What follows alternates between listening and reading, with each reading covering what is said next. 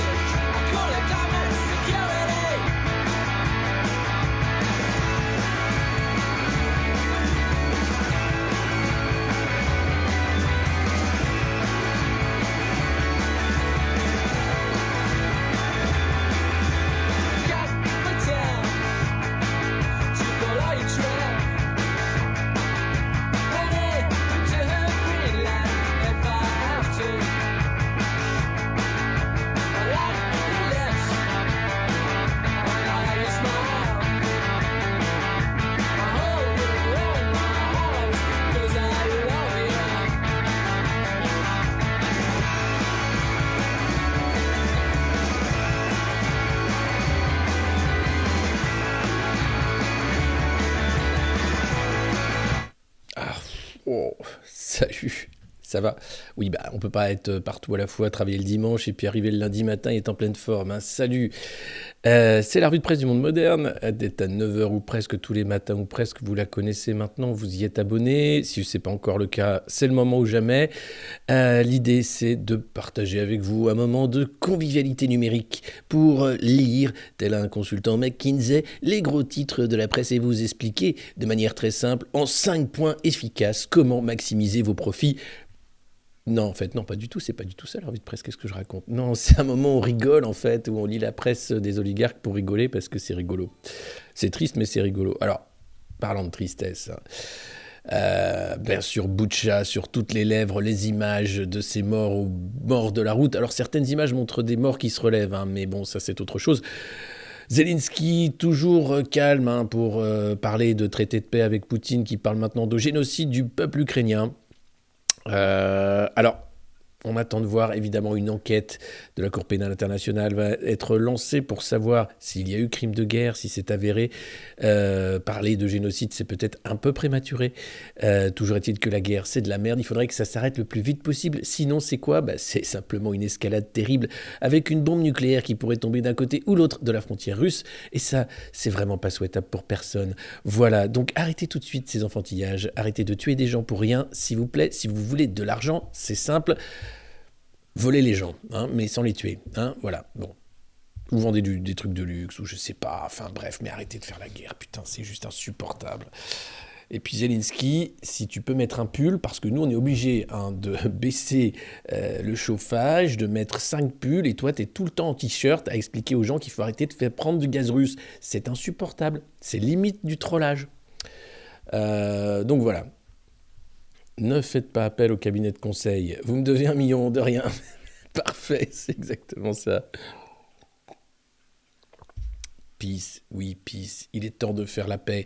Faites la paix dans vos cœurs, faites la paix dans votre âme slave, faites la paix en Ukraine, faites la paix, s'il vous plaît. La paix, s'il vous plaît. Voilà, c'est tout ce qu'on demande. C'est pas grand-chose, hein. Mais bon, visiblement, c'est compliqué. Alors, à propos de ça, justement, vous allez voir, on va parler de RTE, hein, qui s'inquiète de la consommation énergétique. Notamment ce matin, il y aurait des pics, alors il faut faire attention. Alors du coup, je vais faire attention. Je suis désolé, hein, mais voilà, hop, voilà, ça c'est fini. C'est mieux. On voit mes grosses cernes, c'est dommage. Mais je fais très attention. Je vais aussi couper la caméra, comme ça sera beaucoup mieux, et le micro également. Alors, je vous laisse entre vous, parce que, bon, il gèle, il fait froid, et il faut savoir qu'on a seulement 27 réacteurs sur les 56, non, 27 réacteurs sur les 56 qui sont actuellement inutilisables. Réacteurs nucléaires, hein, en France. Juste un petit chiffre comme ça, qui est passé à l'as. Mais c'est quand même marrant, tu dis, ça fait beaucoup. Non, je rallume, c'est des conneries. Voilà. J'ai meilleure mine. Fais gaffe, t'as une mèche qui pointe vers un satellite russe. Oui, c'est là que je prends tous mes ordres du Kremlin. Vous voyez? Allô? Oh, Vladimir, là. Işte. Хорошо. Да. Кипфуд? Не заметь самолет, proche. Bon, ça devrait bien se passer en fait. C'est bientôt Pâques, ça devrait bien se passer. Il coupe les enseignes la nuit. Oui, ce serait bien de commencer par ça. Mélenchon qui parle de nuit qui n'existe pas d'ailleurs. Si vous habitez en ville, vous ne connaissez pas la nuit puisqu'il y a ce bruit lumineux qui empêche de voir les étoiles. Et pourtant, c'est important de voir les étoiles. C'est de là qu'on vient d'une certaine façon. Vous savez, toutes ces poussières de météorites qui ont ensemencé la Terre dans le primat, le substrat premier. Bref, où est-ce qu'on est en fait dans cette revue de presse? Bordel, c'est ça, c'est ça. Souvent je me perds, il faut me recadrer. Bon, alors, merci, 2 mois d'abonnement, dont 2 mois consécutifs. Merci Flore Kunst. N'hésitez pas, bien sûr, hein, c'est important, les abonnements pour nous, au monde moderne, pour ce stream aussi. Partagez-le un maximum sur tous vos réseaux sociaux. Le bouche à oreille, ça fonctionne. N'hésitez pas à en parler, c'est la revue de presse du monde moderne. Alors, il s'est passé un truc cette nuit, vous l'avez peut-être pas vu passer, mais une bataille de France, une bataille digne de celles qui ont forgé ce pays. On parle de Waterloo, on parle de la bataille de Bayard, le pont d'Arcole, ce que vous voulez, mais c'est une bataille exceptionnelle. Et si vous êtes professeur, et aujourd'hui vous avez des élèves qui somnolent, qui ont du mal à rester concentrés ou qui ronflent carrément en cours, c'est parce qu'ils ont été courageux, c'est parce qu'ils ont été combatifs, c'est parce qu'ils ont tout donné cette nuit pour la France. Et oui, c'était le Reddit Place, c'est pas encore fini. Je vous explique brièvement ce que c'est assez drôle. Zemmour en a fait un mème, il en a profité assez habilement. Sur Reddit Place, c'est un canevas sur Internet où on peut placer chacun un pixel si vous êtes abonné à Reddit. Et c'est pas plus d'un pixel toutes les 5 minutes. Alors il y a plein de communautés qui font plein de dessins, de choses. Et la France s'est mise à faire un drapeau avec une tour Eiffel. Alors je vous montre un peu l'évolution de cette tour Eiffel. Ça commence bien. Alors il y a eu la guerre. C'est vraiment, quand je parle de guerre, c'est la guerre. Vous comprenez rien là. C'est avant le métavers. Il y a déjà des trucs qui se passent dans les communautés. Et donc voilà, ça c'était les trolls qui ont flingué la tour Eiffel. Alors nous on avait une belle tour Eiffel. Attendez, je vous remets un truc. Voilà, voilà, avec un monsieur qui fait pipi sur la tour Eiffel. Et donc, il a fallu se battre toute la nuit pour rétablir la tour Eiffel. Alors, ça s'est bien passé. À un moment, on a eu ça, vers je sais pas quelle heure du mat.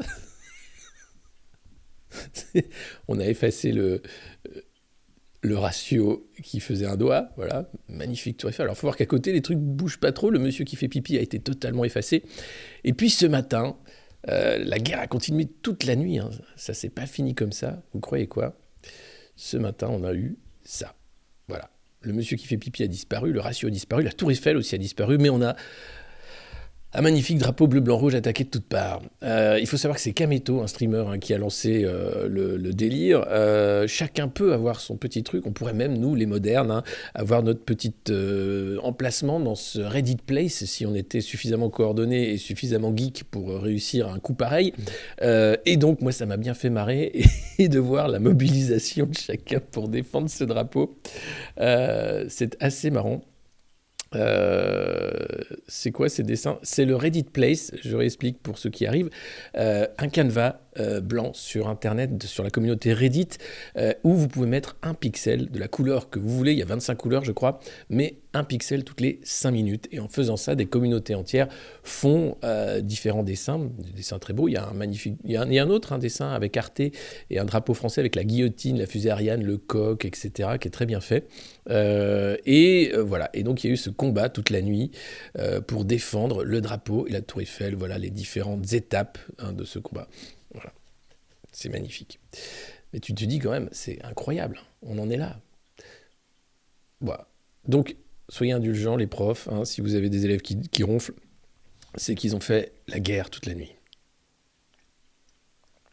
Évidemment, ça c'est pour rigoler, mais plus de 10 millions de pauvres en France, bien sûr. La guerre en Ukraine, ça continue, tous les déplacés, tous les morts, c'est insupportable. Le Yémen aussi, toutes les guerres, c'est insupportable. Tous ces oligarques qui nous expliquent, nous les prolos, comment il faut se serrer la ceinture et travailler jusqu'à la mort parce qu'il n'y a pas d'autre choix. C'est insupportable. Donc oui, plutôt que de mettre des pixels sur Reddit, vous pouvez aussi investir dans une fourche à 35 € et commencer à lire Marx et le Capital, ou bien tout autre livre ce que vous voulez en fait. Mais la lutte des classes, bordel, la lutte des classes, elle n'a jamais été aussi importante, vraiment. Parce que si on continue sur cette pente de l'inégalité absolue, de mettre des murs, ça marchera pas. Vous inquiétez pas que quand il y a 3 millions de mecs qui poussent un mur, t'as beau être 12 derrière avec des kalachnikovs et des ogives nucléaires, le mur tombe. Il va bien falloir trouver un moyen de se démerder pour que ce monde-là ne s'embrasse pas. Parce que même si les tarés veulent la Troisième Guerre mondiale, parce que ça permettra de cacher l'inflation sous le tapis, évitons ça s'il vous plaît, évitons ça de tout cœur. Voilà. D'abord, on vote le 10 avril pour virer Macron. D'abord, quand on est sage et qu'on est gentil, qu'on a mangé son chocolat le matin. Voilà. Ensuite, on verra. Il faut dire stop. Stop! Mais ça sert à rien de dire stop. Vous allez voir, il y a des abstentionnistes qui se sont interviewés dans 20 minutes ce matin. Ils n'ont rien compris. Allez voter. Même si le jeu est complètement faussé, parce qu'évidemment, Jean Lassalle n'a pas accès aux médias, ni Poutou, ni Artaud, ni... Pardon. Excusez-moi. Voilà, assez propre ça. Même si les candidats vous paraissent tous plus bidons ou pétés les uns que les autres, il y en a bien un qui vous plaît plus qu'un autre ou une qui vous plaît plus qu'un autre, votez. Faites-vous ce petit plaisir aussi de virer Macron le 10 avril. Franchement, quand vous verrez la gueule de Gabriel Attal arriver sur le plateau de France 2 pour expliquer que Macron n'est pas qualifié au second tour, c'est ce moment, tu vois, précieux, où tu te dis « Ah, j'ai fait ça aujourd'hui quand même. Je suis pas mécontent. » Donc voilà, faites-vous ce petit plaisir. Ben, ce serait beau, mais il suffit de se bouger le cul et de prendre des procus. Et alors, si vous avez peur que les votes ne soient pas pris en compte, qu'il y ait une entourloupe, vous inquiétez pas, il y a des assesseurs et les partis s'organisent pour justement qu'il y ait suffisamment d'assesseurs qui soient présents dans les bureaux de vote pour remonter les chiffres, les votes en temps réel pour être sûr qu'il n'y a pas d'entourloupe. Donc, allez voter et organisez-vous soit avec le parti dont vous êtes le plus proche, soit allez, vous pouvez en tant que citoyen aller dans le bureau de vote et regarder le dépouillement et puis remonter ça auprès des différentes communautés que vous avez. Voilà, c'est important et il faut arrêter les cabinets de conseil qui nous gouvernent. Voilà, parce que Macron, lui, c'est un épiphénomène. Hein. C'est un mauvais acteur, c'est tout, un peu comme Zelensky. Voilà, donc l'idée c'est de... Voilà, contrôle citoyen, élection, merci. Merci Rosidiv qui partage dans le chat le lien. Et puis chaque parti également s'organise. Vous pouvez vous proposer aussi pour aller dans les bureaux de vote, vérifier que les votes sont bien pris en compte correctement et que les chiffres remontés sont réels. Mais s'il vous plaît, allez voter parce que c'est important, surtout cette fois. Je dis pas, bon, mais là quand même, l'entourloupe est telle qu'on ne peut pas la laisser passer. D'ailleurs, vous allez voir, hein, la presse oligarchique commence à se dire « Aïe, il va peut-être y avoir une surprise ». On va commencer la revue de presse, ça y est, vous êtes plus de 1300 et on n'a pas encore commencé, ça va. On est lundi, c'est normal, je sais, vous avez bataillé toute la nuit pour ce drapeau français fait de pixels, ou bien pour en finir avec la pauvreté, ou bien pour acheter un appartement dans le métavers, que sais-je encore, mais ce matin, voilà, c'est les unes sur le massacre des civils. Boutcha, banlieue de Kiev, où on a découvert des corps. J'épargne les photos, il y en a partout. Alors, il y a le corps avec son vélo, il y a le corps avec le chien sur le corps, il y a voilà, avec les mains attachées dans le dos, etc. On voit les visages des cadavres, parce que je sais qu'hier, certaines sources disaient on ne voit pas les visages, c'est pour ne pas les identifier. Bien sûr, certaines photos, on voit les visages de ces hommes, c'est majoritairement des hommes qui sont morts à même le sol dans les rues de Boutcha. D'où viennent-ils? Quand ont-ils été placés là? Personne ne peut répondre à cette question. Le récit des Ukrainiens, c'est que l'armée russe, en partant, a buté tout le monde, un peu à la Guernica. Les Russes s'en défendent en disant que c'est une mise en scène sordide et que jamais ils n'ont fait ça puisqu'en partant, ils n'ont tué personne et que c'est plutôt les milices d'Azov qui auront joué à mettre des cadavres le long de la route. Vous savez, une guerre, c'est de la désinformation, c'est de la propagande, c'est de la censure, c'est beaucoup de morts, c'est beaucoup de violence, c'est toujours les pauvres qui en prennent plein la gueule. Tout ça pour que des oligarques finissent par se mettre d'accord autour d'une table en disant « Bon, on a bien rigolé, allez tiens, tu me redonnes ma villa maintenant à Monaco? Merci, merci. » Voilà. C'est lamentable, la guerre. Et ça ne sert jamais les intérêts de ceux qui la font. Seulement ceux qui les décident. Donc voilà, donc j'attends l'enquête bien sûr de la CPI pour monter au créneau et condamner un crime de guerre éventuel évidemment et autrement condamnable. Parler de génocide me semble prématuré comme le fait Zelensky, mais il n'est pas à une escalade près. Il faut savoir que la Pologne est prête à accueillir des ogives nucléaires américaines, ça y est, c'est officiel. Donc l'escalade est décidée, ça y est, on passe la marche pour dire plutôt que de parler de paix, si on allait se balancer des ogives sur la gueule, après tout, hein, on en a, on les utilise pas, c'est bête, c'est bien dommage, hein. On s'est déjà bien amusé avec un virus en labo, là ce serait bien de voir ce que ça fait une grosse bombe avec un champignon. Vous pouvez arrêter, bande de cons? Est-ce que vous pouvez arrêter?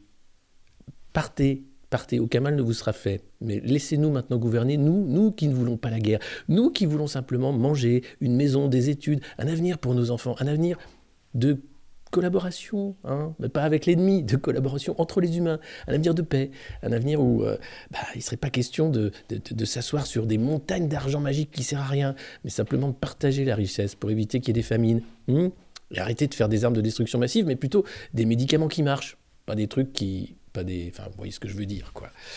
D'ailleurs, restez, puisqu'on va parler dans cette revue de presse du formidable livre d'Albert Bourla, le patron de Pfizer, qui sort le 7 avril, c'est-à-dire dans 3 jours, j'ai trop hâte, et qui explique le miracle qu'il a pu faire avec son laboratoire. Voilà. Alors, pour ce qui est du massacre des civils, c'est à la une de tous les journaux, comme je vous le dis, je vous épargne les corps, et je vous épargne également la propagande. Mais on attend l'enquête, bien sûr, de la CPI. Et rappelons-nous qu'il ne faut jamais se précipiter avec l'émotion sur ce genre de scènes, surtout quand elles sont de cette ampleur-là. Donc là, clairement, l'idée, c'est de faire basculer l'opinion publique internationale et d'aller encore plus loin dans le Russia bashing en disant que les Russes sont des barbares, sont des sous-hommes, ont quitté les rives de l'humanité. Voilà, les mots ont un sens, c'est vrai et c'est important. N'achète pas ce bouquin, mais je compte pas acheter ce bouquin. Vous savez, les bouquins, ça se trouve gratos. Hein. Dopsic, bien sûr, sur l'industrie pharma et le rôle de McKinsey dans cet empoisonnement généralisé des populations. N'hésitez pas à la voir. Et puis, bien sûr, il faut penser comme McKinsey, sinon vous êtes des complotistes, évidemment. Évidemment. Alors, du côté ukrainien, voilà ce que dit Yuri Mikulak, le commandant de l'unité assaut de l'infanterie marine ukrainienne. Comprenez-le, vous les Européens, on se bat ici pour que cela n'arrive pas chez vous. On fait la guerre pour la civilisation. Les guerres de civilisation, c'est encore un cran de barbarie au-dessus des guerres territoriales ou des guerres pour le gaz. Je pense qu'on a vu ce qu'ont fait les Américains en Irak, c'était une guerre de civilisation également, hein, pour le pétrole. On a vu ensuite l'Afghanistan, magnifique guerre de civilisation, hein, pour les libertés civiques et pour lutter contre le terrorisme. Le Yémen également, magnifique guerre de civilisation. Bon, non. On fait la guerre pour des intérêts financiers d'oligarques et pour simplement défendre un territoire. Alors c'est sûr, hein, condamnons bien sûr l'invasion d'un pays souverain par un autre pays. Ça, c'est les règles du jeu international. C'est donc une agression. La guerre de civilisation, là, on rentre dans quelque chose d'autre et surtout pas. Surtout pas, parce qu'une civilisation, c'est quoi? C'est des idées, c'est une façon de projeter une partie de l'humanité contre une autre. Or, les Russes sont des humains comme les autres. Comment prouver les crimes de guerre? Excellente question, le Parisien. Comment? Eh ben, c'est assez compliqué en fait. Le problème, c'est que ça met du temps, beaucoup de temps, à faire les enquêtes internationales. Alors, on parle de 300 cadavres hein, qui sont enterrés dans des fosses communes, on parle d'exécutions sommaires. La presse a oublié de mentionner les vidéos d'exécutions sommaires de soldats russes par les milices ukrainiennes, qui sont également filmées. La barbarie, elle est partout. Dès que vous avez un fusil et qu'on vous dit « Vas-y, t'as le droit, tu seras pas un meurtrier, mais un bon soldat », tu y vas et tu massacres à tout va si t'aimes ça. Hein, c'est le grand moment des psychopathes, la guerre. Donc déjà que le capitalisme est un grand moment des psychopathes, si vous rajoutez la guerre, alors là, vous avez un massacre assuré. Comment faire donc pour déjà prouver un crime de guerre? Déjà, qu'est-ce que c'est qu'un crime de guerre? Alors, il y a plusieurs définitions. D'après le statut de Rome de la Cour pénale internationale, les crimes de guerre englobent les homicides intentionnels, la torture, les traitements inhumains, les prises d'otages, le fait de cibler directement des civils. Voilà. Donc Abu Ghraib, par exemple, c'est un crime de guerre. Les Américains ont déjà fait pas mal de crimes de guerre. Ensuite, il y a eu le bombardement d'un théâtre à Mariupol, bien sûr. Le coup de l'hôpital et de la maternité, ça aussi, c'est crime de guerre. Mais ce que j'ai vu à Boutcha, ça ressemble à un crime contre l'humanité, car on n'est pas sur un terrain du conflit généralisé, estime de son côté Éric Emeraud, auteur de La traque est mon métier. Voilà, lui travaille aux enquêtes internationales. À la différence des génocides et des crimes contre l'humanité, et comme leur appellation l'indique, les crimes de guerre ont toujours lieu lors d'un conflit armé. Donc bon, voilà, la définition déjà pose question. Hein, on peut aller plus loin et effectivement parler de génocide comme le fait Zelensky, si c'est votre choix. On peut aussi dire, pourquoi les psychopathes ont tué des innocents? Qui sont les psychopathes qui ont tué les innocents? Est-ce qu'on peut les arrêter, les mettre en prison? Est-ce qu'on peut arrêter cette connerie, hein? Ou est-ce qu'il faut en finir avec l'humanité une bonne fois pour toutes? Ce qui est d'ailleurs une voie qu'on peut choisir. Hein. L'hiver nucléaire permettra de se débarrasser d'une grande partie de l'humanité. Bon, on n'en est pas là, rassurez-vous. Non, franchement, il y a encore Cyril Hanouna à la télé, tout va bien. Oh. Non, franchement, ça va. Mais on est mal barré, globalement. Non, moi, je ne suis pas pessimiste. Hein. Je pense que c'est globalement... Enfin, voilà. Tant qu'on parle... Tant que Poutine n'a pas été tué et assassiné, tant qu'il y a des discussions diplomatiques, ça peut s'arrêter. Bon, si c'est l'escalade perpétuelle, parce qu'il faut absolument en finir avec Vladimir Poutine et la Russie, là c'est la guerre. Et là, on va perdre. Je ne vous cache pas que, enfin, nous les pauvres, enfin de tous les pays, hein, déjà on est en train de perdre. L'inflation, c'est ça. Le fait qu'il faut plus chauffer, plus s'éclairer et s'habiller avec 5 pulls, c'est ça. Le fait qu'il faut plus manger. Hein. Alors vous pouvez acheter les cartons de pâtes, mais pas les pâtes qu'il y a dedans. Donc le carton, ça se mange très bien hein, avec un peu de ketchup, un peu de moutarde. Vous pouvez faire des soupes de carton également. Mais attention, le carton, là aussi, ça augmente. Donc vous pouvez commencer à manger la table, si vous avez des tables. Et si vous avez trop d'enfants, vous pouvez commencer à manger vos enfants également. Ça, c'est une des solutions hein, pour sauver et la démocratie et le climat. Et puis, si vous n'avez ni enfant, ni table, ni carton à portée de main, vous pouvez commencer à attaquer les voisins et les bouffer si jamais ils vous font chier hein, sur une histoire de haie ou quoi. Attention, évidemment, quelques entorses à la morale. Est-ce que le cannibalisme est quelque chose d'autorisé dans la fin des temps? Est-ce que manger son voisin, c'est quelque chose de tolérable si on a vraiment faim? Non. Donc, bon... le mieux, c'est d'arrêter tout de suite ces conneries, qu'on évite toutes ces étapes un peu moyennes. T'es là, tranquille, tu vois, avec ta tartine de Nutella, là, t'as le voisin qui débarque. Quoi, t'as pas acheté de... Ah, t'es au RSA? Mais t'as pas travaillé tes 25 heures par semaine, là, tu viens me manger.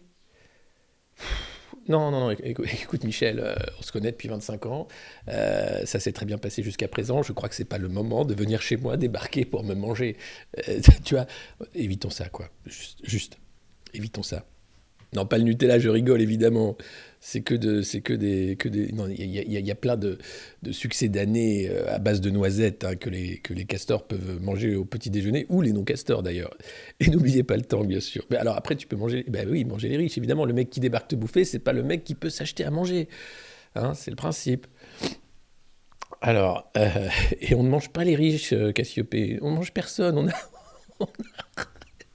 Et je ne suis pas sponsor par des marques de pâte à tartiner éthiques et responsables. Non. Alors, d'ailleurs, on parle de homard, on parle de bouffe, tout ça, mais vous avez vu que François de Rugy a mis un terme à sa carrière politique? Non, parce que personne n'en a parlé.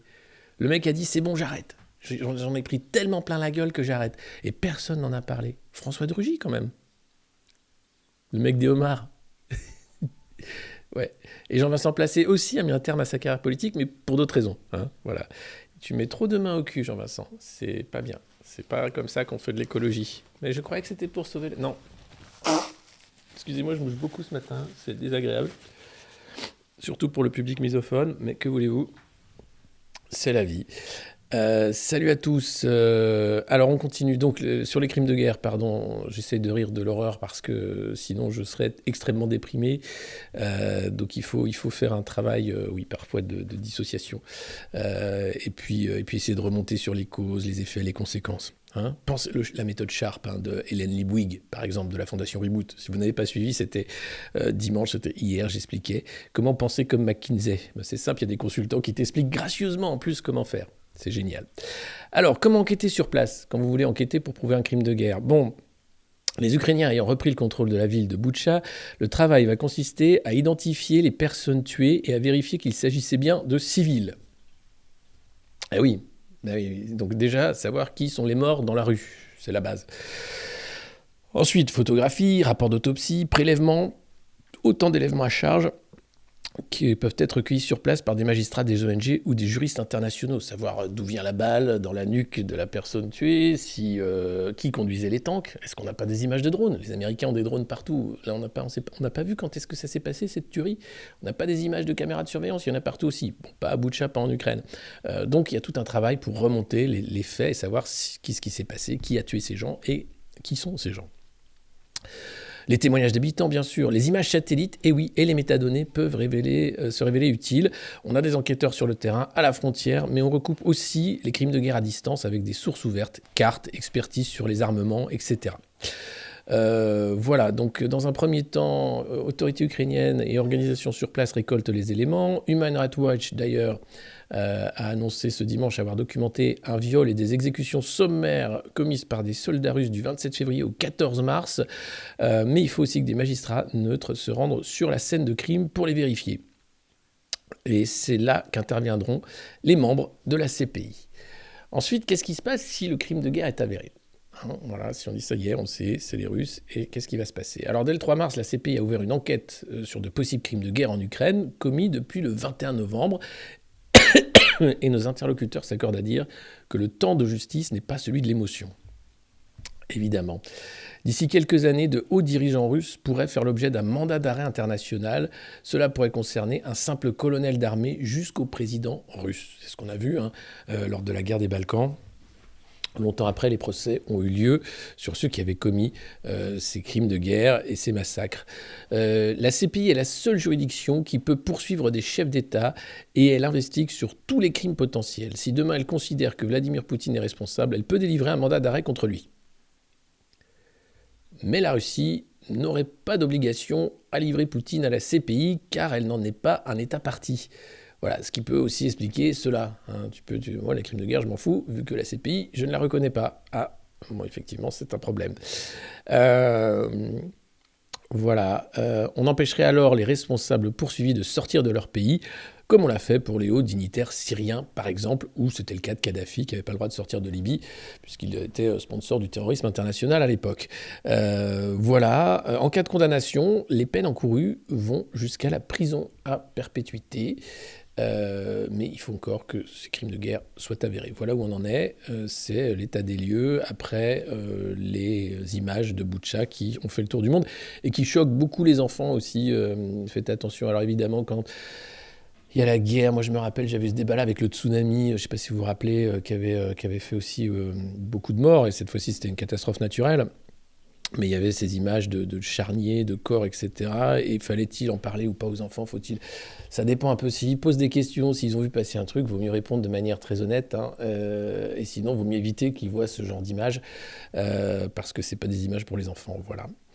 Non, mais ne laissez pas vos gosses devant la télé. Déjà, vous, ne vous mettez pas devant une télé, hein, c'est dangereux. Et alors, vos gosses, surtout pas. Et je sais qu'il y a des... Alors, apparemment, il y a des enfants qui regardent cette revue de presse avec leurs parents. Bonjour les enfants. Alors, je dis plein de gros mots, c'est pas bien, il faut pas le faire. Moi, ça me fait peur que des enfants regardent cette revue de presse parce que je dis beaucoup, beaucoup de gros mots. Alors, maintenant que je sais ça, je vais essayer de faire attention quand même. Parce que voilà, faut pas dire des gros mots. Et... sauf bordel, chier, putain, enfin voilà, ce genre de gros mots classiques, quoi, mais qui sont devenus des mots du vocabulaire courant en réalité.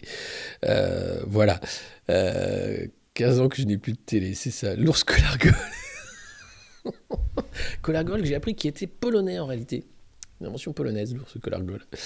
Et on est tous des enfants, oui. Les gamins ne devraient pas être à l'école. Pas ceux qui ont combattu toute la nuit pour les pixels françaises sur le Reddit Place. Ceux-là méritent une médaille. Même un petit pixel de médaille. Voilà. Colère gauche. Bordel de cul. Vous en avez des beaux gros mots, dites-moi. Mais oui, on peut dire que ça fait du bien de gueuler, bordel. Hein, ça fait du bien, surtout quand on est pris pour un con toute l'année. Donc tu dis, putain de bordel de merde, je vais aller voter, fils de pute. Pardon, ça aussi, c'est une insulte qu'on n'a plus vraiment le droit de dire en réalité. Non, arrêtez de dire des gros mots, clairement. Non. Donc, pour que les algorithmes ne censurent pas cette vidéo, c'était là un warning pour ne pas dire des gros mots, bien entendu, parce que c'est mal de dire des gros mots, parce que ça ne respecte pas les règles de la communauté. Et qu'ici, on les respecte, mais de A à Z. On est totalement respectueux de tout. On s'est fait triplement vacciner, 4 même, 5, je sais plus. Enfin, on a tout fait ce qu'on nous a demandé. On a mis des masques, on les a enlevés, on les a remis. Maintenant, les cas explosent, mais c'est pas grave puisque Macron a gagné contre le virus. On a voté Macron en 2017, on va voter en 2022 Macron. On adore évidemment arborer des drapeaux de pays qu'on ne connaît pas parce que c'est super. Et puis surtout, on pense que les extrêmes c'est mal. Voilà, on respecte totalement les règles de la communauté.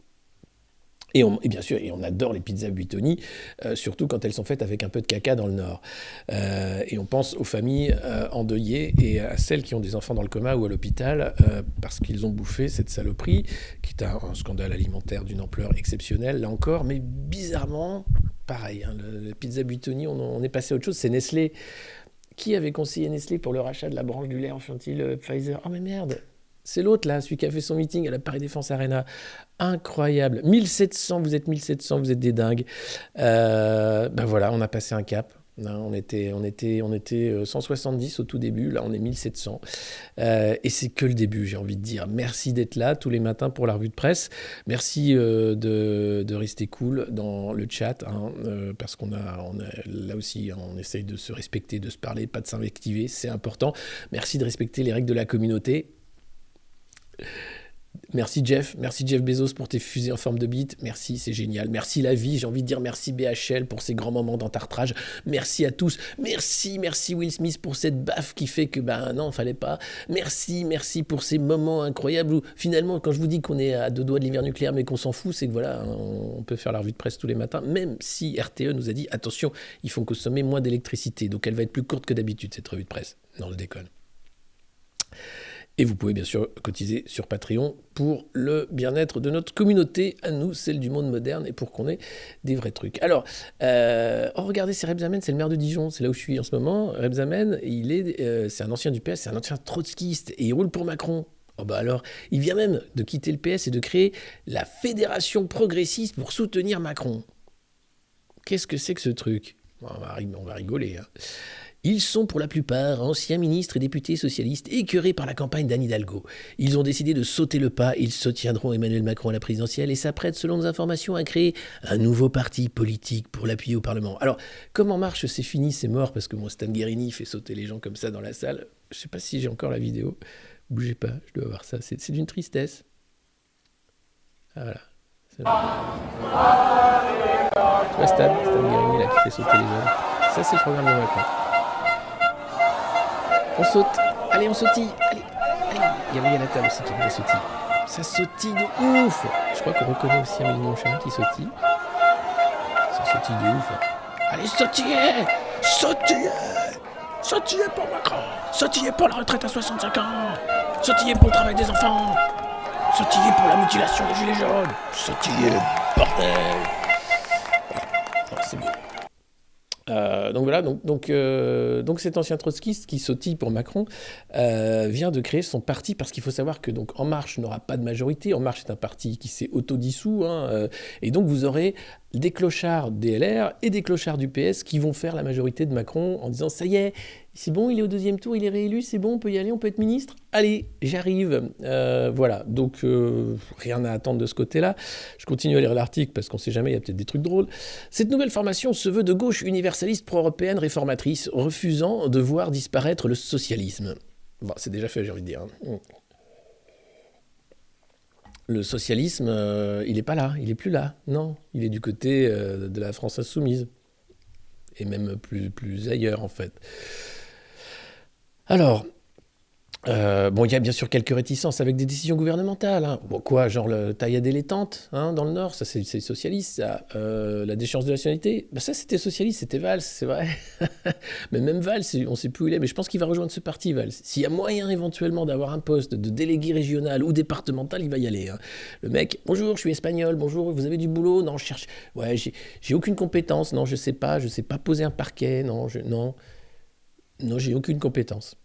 Je sais dire beaucoup de conneries à la télé. Ça marche ? Ah bah ok. Non, ils n'ont pas voulu de moi chez Hanouna. Mais par contre, si je peux venir dans votre parti, ben voilà. Mais écoute Manuel, assieds-toi et prends des notes. Alors, voilà, ancien ministre, maire, ses membres mettent en avant que l'heure est grave. Il y a un vrai risque de victoire de l'extrême droite. Ah oui, parce que vous allez voir, Macron nous rejoue le duel entre lui, qui est le gardien de la raison, celui qui a mutilé sans compter, bien sûr, celui qui veut qu'on travaille jusqu'à 65 ans, alors qu'on pourrait avoir une semaine de 3 jours de travail. C'est la raison. Et en face, c'est les extrêmes, ils sont dangereux, les extrêmes. Ils n'osent pas, et puis ils mettent pas des costards trop courts, alors c'est dangereux, les extrêmes, vous comprenez ? Et ils ne font... Parce que oui, c'est vrai, parce qu'il y en a plein qui ne feront pas barrage à Macron cette fois-ci. Ah, pardon, quel beau lapsus. Il y en a plein qui ne feront pas barrage à Marine Le Pen cette fois-ci. Il y en a plein qui voteront n'importe qui face à Macron pour le virer. Et ils viennent de commencer à comprendre. Alors, ils ont compris depuis longtemps, mais là, ils ont vu que les sondages, c'était vraiment bidon. Donc, à un moment, ils ont cru aux sondages bidons qu'ils avaient eux-mêmes payés. Et là, ils se rendent compte qu'il va y avoir un choc de réalité. Et ça se complique. Alors, donc, Rebsamen, ancien ministre du Travail de Hollande, c'est lui qui est à l'origine. Il est rejoint par Thierry Repentin, ancien ministre aux Affaires européennes. Putain. Ce matin, c'est la fête des lapsus. Hein. Après le petit moment, ne dites pas des gros mots. Voilà. Non, ne dites pas des gros mots. Comme je le disais, respectez les règles de la communauté. Et qui d'autre ? Juliette Méadel. C'était l'ancienne secrétaire d'État à l'aide aux victimes. Bon. Il y a aussi David Kimfeld, ancien patron de la métropole lyonnaise. Pascal Terrasse. qui était député, et de nombreux maires, hein, celui d'Alençon, de Dunkerque, de Mende, en Lozère, de Clichy-sous-Bois, bref. Marisol Touraine a été contactée, Stéphane Le Foll est resté silencieux, et le nom de François Hollande n'est pas évoqué. Mais voilà, la direction du PS n'a rien fichu, donc on va flaguer le PS. Alors, pour vous dire quand même que ça commence un peu à fouetter côté Macronie, 5 jours pour convaincre, c'est le en coulisses de David Doucan. C'est toujours assez drôle à lire. Arrêtez donc de croire qu'il va y avoir une élection présidentielle. Le vainqueur a déjà été désigné. Proclamé, fêté, encensé, adulé. Il est élu. Il n'a pas à le choisir. Il y a à le célébrer. Cela n'est pas la peine de vous déranger. Circuler, il n'y a rien à voir. Depuis quelques semaines, ce discours entré dans la légende prononcé par Philippe Séguin le 31 janvier 1995 nous trotte dans la tête. Édouard Balladur, que sondages et commentateurs annonçaient gagnant, s'en souvient encore, puisqu'à la fin il fut balayé, Jacques Chirac élu. Et du coup, on a levé le scandale de Karachi. Donc si Macron est viré, imaginez le nombre de scandales qu'on va pouvoir lever. Hein, rien que ça, nettoyer proprement la République.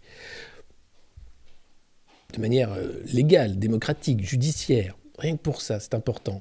Hein. Un seul mandat pour ensuite aller creuser et chercher toutes les affaires. Parce qu'il y en a tellement qu'il va falloir plus d'un quinquennat pour relever toutes les affaires. L'histoire enseigne une chose, c'est qu'il faut se méfier de ses propres certitudes. Ce sont les tendances davantage que les scores qu'il faut observer dans les intentions de vote. Et là, les tendances, elles sont catastrophiques pour Macron, de 30% à 26%. Il ne fait que dégringoler, c'est même un dévissage dans les sondages, sauf que la presse oligarque ne parle pas comme ça, elle dit « il caracole loin en tête ». Non, en réalité, il dévisse totalement, alors que Marine Le Pen monte, Mélenchon monte et Zemmour plafonne un peu. Bon, je parle pas des autres, hein, évidemment, puisqu'ils sont en dessous de 10%, y compris Valérie Pécresse. Eh oui. Alors, en 2012, Nicolas Sarkozy remontait la pente, au point que François Hollande a craint de ne pas arriver en tête au premier tour. Il y a 5 ans, Macron, Fillon, Le Pen, Mélenchon, quelques heures avant le vote, tous les cas de figure étaient envisageables. Et en 2022 ? Eh bien, il ne reste que 5 jours de campagne. Oui, et les Français sont-ils en train de préparer une surprise ? Ça fouette. Est-ce que les Français vont faire une surprise ? Je sais que les Français sont surprenants. Je sais qu'ils sont joueurs en plus, un peu blagueurs. Et je sais qu'ils vont préparer une surprise, les Français. Beaucoup de responsables le sentent sans trop savoir pourquoi. Oh, moi je sais pourquoi. Parce qu'on se fout de la gueule des Français en fait. Parce que les médias se foutent de la gueule des Français. Parce que les sondeurs se foutent de la gueule des Français. Et que les Français, comme ils sont joueurs, ils vont pas voter comme on leur demande de voter. Parce qu'ils n'ont pas envie en fait. Et oui, ceux qui ont cru que la guerre en Ukraine avait transformé la présidentielle en formalité comprennent aujourd'hui qu'ils se sont trompés. Eh oui. L'Ukraine, c'est l'Ukraine. Hein. L'idée, c'est la France. Hein. L'élection présidentielle du président de la France. Celui qui va nous maltraiter pendant 5 ans ou pas, hein, qui va nous libérer de la maltraitance. Ça dépend un peu. C'est votre choix. Il n'y a rien à voir. Et les Français ont rarement envie de circuler. Alors oui, vous voyez, en haut lieu, ça commence à flipper sévère. Donc allez voter, s'il vous plaît, que l'abstention soit peau de chagrin et que surtout les sondeurs, les écuries politiques, ceux qui pensaient que tout était gagné et fait, les maltraitants hein, qui s'installent comme des coucous dans la République, soient dégagés. Voilà, faites-vous ce petit plaisir. C'est pas souvent qu'on se fait un petit plaisir. Voilà. Et comme on n'a pas encore le droit de manger son voisin, step by step. Partageons cette revue un max cette semaine. Oui, absolument, Sam Léo. Oui, s'il vous plaît, ça va être une revue importante cette semaine. Chaque jour va compter, on est en pleine campagne.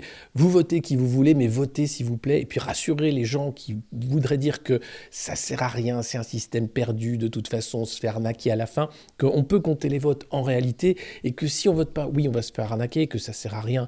Le changement ne se fera pas si on n'utilise pas les outils qui nous sont donnés pour changer les choses en réalité. Donc il faut se boucher le nez et voter pour des candidats qui vous correspondent le plus, qui sont le plus proches de vos idées, et surtout, faire cette chose-là. Donc, oui, partagez un max cette revue de presse, elle est importante.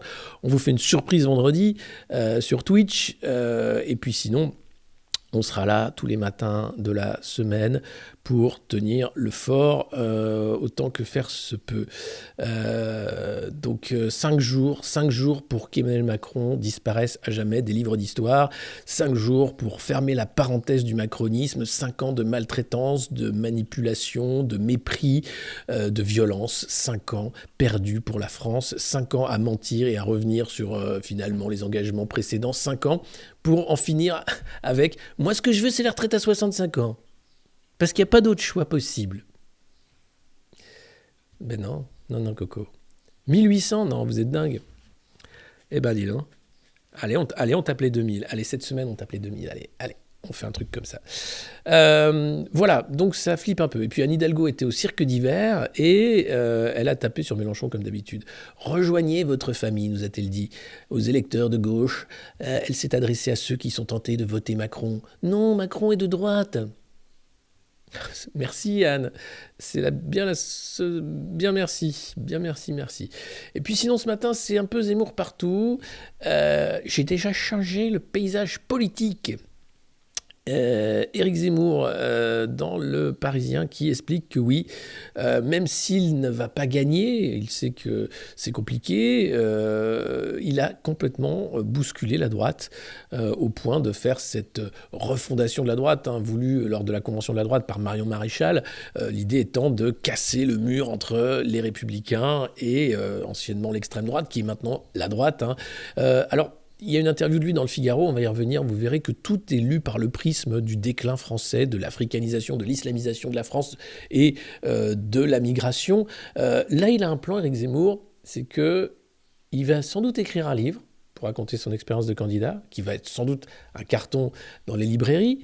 Il a pris aucune note, mais il a déjà tout en tête, et puis il va sans doute se présenter à la députation. Donc voilà, mais il ne veut pas le dire maintenant parce que c'est beaucoup trop tôt, puisqu'il est candidat à la présidentielle. Mais il sait qu'il va faire un score, que Reconquête a un avenir, dans la refondation de la droite, évidemment, mais on ne le sent pas vraiment parti pour gagner.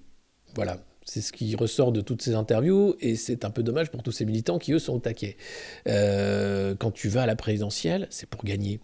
C'est pas comme... Alors, le problème, c'est qu'on a beaucoup de candidats qui y vont pour faire parler d'eux et avoir un truc potentiellement après, notamment aux législatives, ou faire que leur parti continue à exister.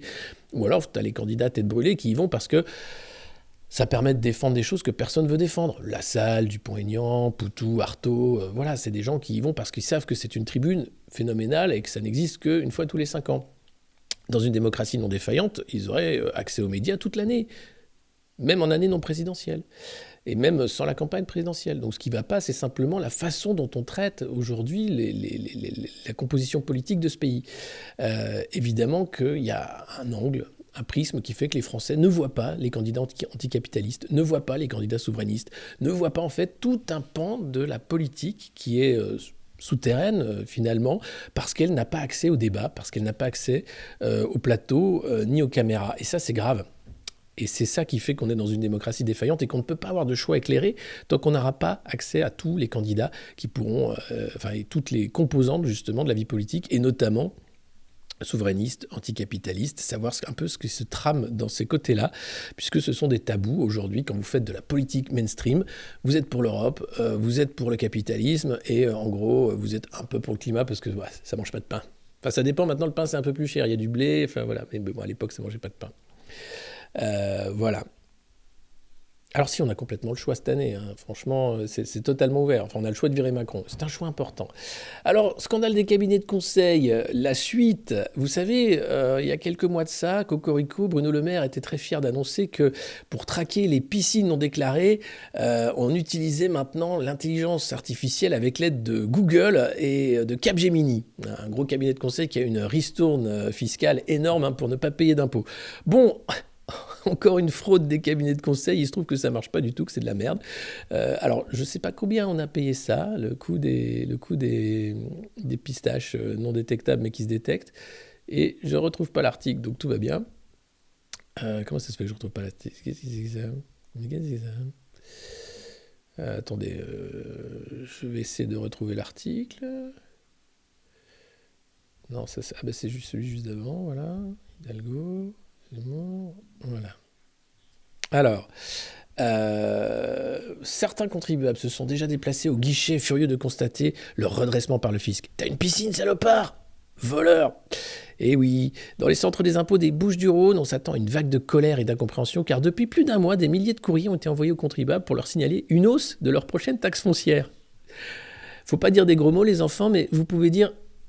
Là, vous pouvez vraiment vous lâcher. Hein, si papa hurle quand il reçoit ça, c'est normal, c'est parce que c'est normal, c'est de la maltraitance. 8500 foyers sont concernés dans le département. La raison de redressement, des piscines. Et oui, depuis plus d'un an, elles sont la cible du logiciel d'intelligence artificielle mis en place début 2021 par Google et développé par Capgemini pour le compte de la Direction Générale des Finances Publiques. Merci le consulting. Avant eux, l'entreprise Accenture avait décroché l'appel d'offres de Bercy, un contrat de... Allez, dites un chiffre pour cette connerie. Combien ça coûte pour détecter les piscines qui n'ont pas été déclarées? Eh bien, c'est 20 millions d'euros. Voilà.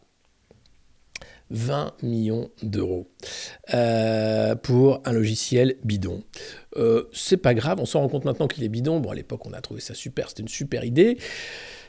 Pour une expérimentation menée dans 3 départements, finalement arrêtée faute de résultats corrects. Il faut savoir que déjà l'expérimentation était bidon, mais on a continué quand même. Bon, depuis, Google Capgemini a repris le flambeau pour peaufiner une intelligence artificielle capable d'identifier, grâce aux vues aériennes du cadastre, des piscines, des bâtiments isolés et, à terme, des extensions de maisons. Mais oui, attention! Le premier étage de la fusée est de rechercher les piscines non déclarées. Note Damien Robinet. C'est un nom, mais tu crois que c'est une blague? Tu crois que c'est les Simpsons? Non, c'est vrai, le mec qui cherche les piscines non déclarées s'appelle Robinet. Le secrétaire national du syndicat Solidaire Finances Publiques. Mais le programme ne marche pas. Avec Capgemini, il y a beaucoup d'erreurs. Ah non, lui, c'est le syndicaliste, pardon, excusez-moi. Près de Marseille, les inspecteurs des impôts et les géomètres, censés scruter leur secteur pour identifier du bâti non déclaré, sont peu convaincus. Avec les confinements, les gens se sont rués sur des piscines achetées chez Leroy Merlin ou Castorama. Pub. Leroy Merlin, toujours en Russie. Explique Philippe Laget, inspecteur des impôts. Elles sont souvent hors sol ou dans un trou et ne devraient pas être imposées. La piscine est imposable s'il faut la démolir pour la faire bouger. Par exemple, si le contour est cimenté. Le logiciel de l'IA n'a pas ce niveau de précision. Voilà. Bon, donc ils font chier le monde en essayant de faire vos poches sous prétexte du bien commun. Pendant ce temps-là, 80 milliards d'impôts échappent à l'impôt grâce à l'évasion fiscale. Mais c'est la loi, nous dira Macron. Vous savez, c'est totalement légal de planquer sa thune dans les paradis fiscaux. Moi-même, je l'ai... Non, enfin, je veux dire, j'ai des amis qui l'ont fait et c'est des amis tout à fait respectables. Hein. Par contre, faire une piscine, dis donc, ça, c'est pas du tout bien. Hein. Attention. Au ministère des Finances, on garde le silence sur la facture et sur l'avenir du contrat.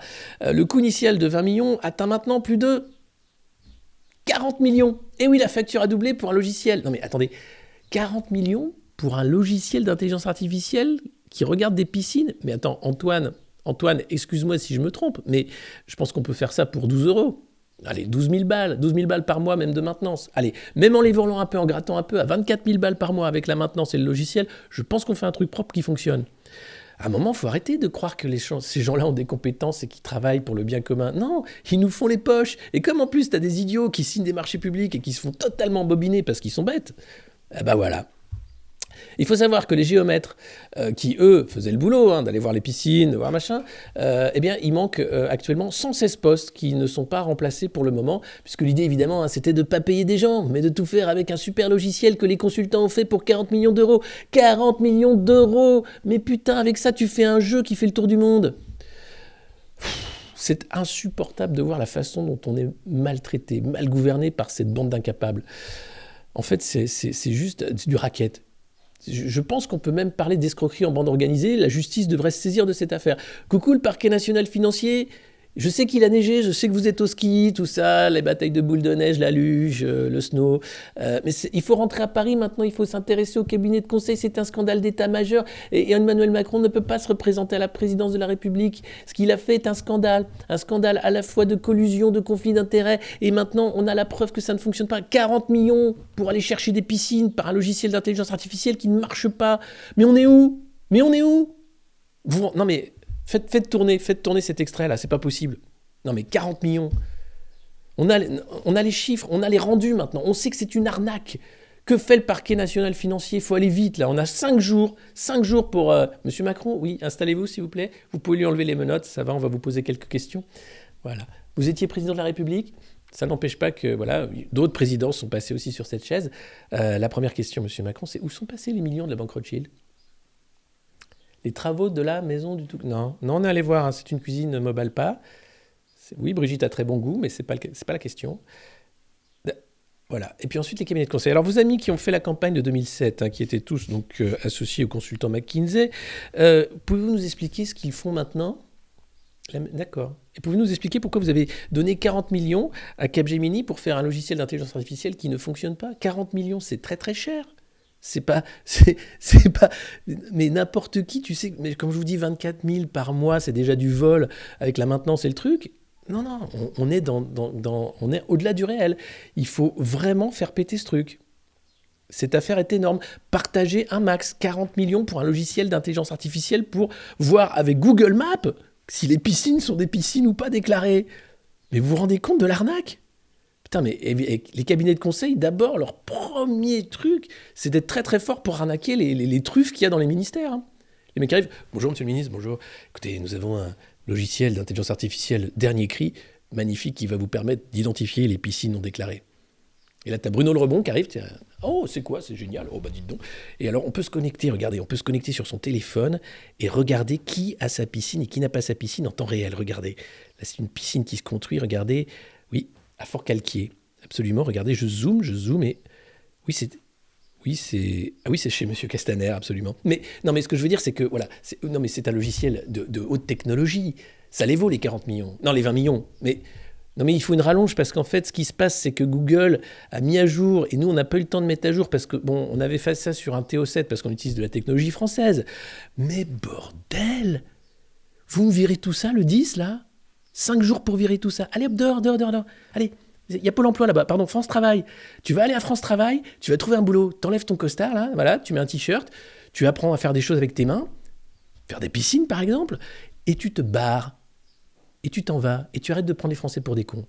5 jours, les gars. Ouais, le MO5, le TO7, le TO8, qui étaient des merveilles hein, d'ordinateurs. C'est François Mitterrand qui en parle le mieux en disant « Oui, j'ai vu le patron d'Apple, ou de Macintosh à l'époque, je crois. Oui, mais nous, on a des compétences tout à fait similaires en France. Oui. Donc partagez un max cet extrait sur le logiciel à 40 millions pour détecter les piscines de Capgemini et Google. Et si ça, c'est pas une arnaque ou une escroquerie en bande organisée, je sais pas comment ça s'appelle. Voilà. Ah si, vous allez me dire, ça s'appelle du conseil. Bon, bah je crois que c'est la même chose. Scandaleux. Allez, on me vire tout ça le 10 avril. Le Figaro qui fait la une avec Éric Zemmour et avec Macron qui s'affiche en rempart contre les extrêmes. Oh, la gueule du rempart. Écoutez, on a déjà fait le barrage, c'est devenu une autoroute, on va arrêter avec le rempart. Hein. Oh, descends, tu t'en vas maintenant, voilà, et on va laisser les extrêmes gérer ce pays, parce que Macron est un extrême. L'entourloupe, en fait, dans cette sémantique, c'est de ne pas voir tout ce qu'il y a d'extrême chez Macron. Le populisme macroniste, le culte du chef, le parti unique, c'est-à-dire que dès que vous étiez un peu contre la pensée macroniste, vous étiez complotiste. Pire encore, séditieux, vous étiez contre l'intérêt du pays. Les hommages à Pétain, les hommages appuyés aussi au corps social qui doit être unifié, c'est totalement proto-fasciste, même totalement fasciste parfois. La façon aussi de traiter les opposants, avec mépris, avec violence. L'extrême n'est pas là où on pense qu'il est. Et croyez-moi, Emmanuel Macron est un extrême. Et un extrême dangereux. Parce qu'un extrême sans finalement structure idéologique. Donc tout est possible. Tout est possible, comme le pass sanitaire, par exemple, qui n'a pas lieu d'être ni d'exister dans une république et une démocratie. Le pass vaccinal, pire encore, qui est allé encore au-delà du saccage de nos droits et nos libertés fondamentales. L'extrême est au pouvoir depuis 5 ans. Donc ça va bien. Hein. Ce rempart-là, vous me le foutez à la poubelle et on n'en parle plus.